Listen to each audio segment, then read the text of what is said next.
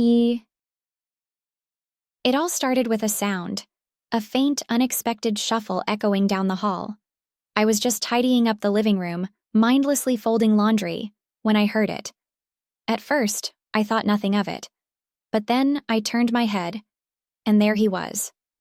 My stepson, barely covered, emerging from the bathroom like an unintentional Adonis. My breath caught.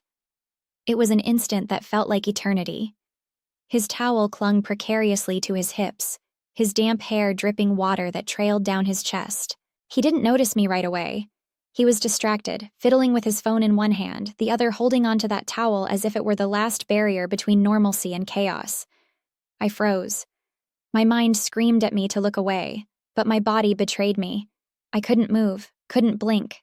The sight was, well, let's just say it was far too intimate for the context of our relationship. And yet, there it was. Then, his eyes lifted. They met mine. In that instant, I'm not sure who was more surprised, him or me.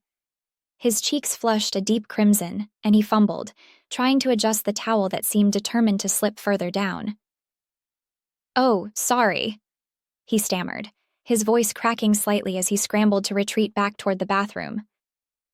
It's fine," I managed to choke out, my voice betraying a hint of the tension that had gripped me. But it wasn't fine.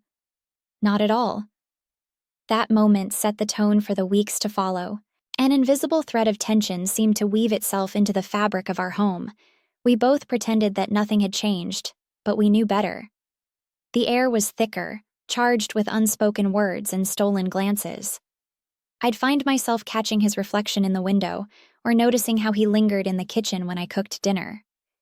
And then there were the accidental brushes of his hand against mine when passing the salt or reaching for a plate. Each time, a spark ignited. Subtle, but undeniable. One evening, as I stood at the kitchen counter chopping vegetables, I felt him behind me. Not close enough to touch, but close enough that I could feel the warmth of his presence. "Need any help?" he asked, his voice low and almost hesitant. I turned, startled by the proximity. His gaze locked on mine, and for a moment, everything else faded. The sound of the TV in the background, the hum of the refrigerator, all of it disappeared. It was just him and me in that charged, electric silence. "No, I've got it," I replied, my voice barely above a whisper. But neither of us moved. That was the first time I realized just how complicated things had become. It wasn't just a fleeting moment of awkwardness anymore. It was something deeper, something neither of us could name but both of us could feel. The dynamic at home began to shift in ways that were impossible to ignore. He'd find excuses to be around me, offering to help with chores he'd never cared about before.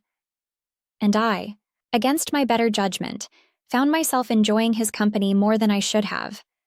I'd sit on the couch reading, and he'd plop down beside me, a little closer than necessary. "What are you reading?" he'd ask, leaning in so his shoulder brushed mine. The innocent gesture felt anything but innocent. One afternoon, I was in the laundry room, sorting through a pile of clothes, when he walked in. He leaned against the doorframe, watching me. "You know, I could do that," he said, nodding toward the laundry basket. "You don't have to do everything around here." "It's fine," I replied, trying to keep my tone neutral. "I don't mind." But he didn't leave. Instead, he stepped closer, his gaze steady and unwavering. "You do too much," he said softly. "You should let someone take care of you for a change." My heart raced. I wanted to laugh it off, to brush past the weight of his words, but I couldn't.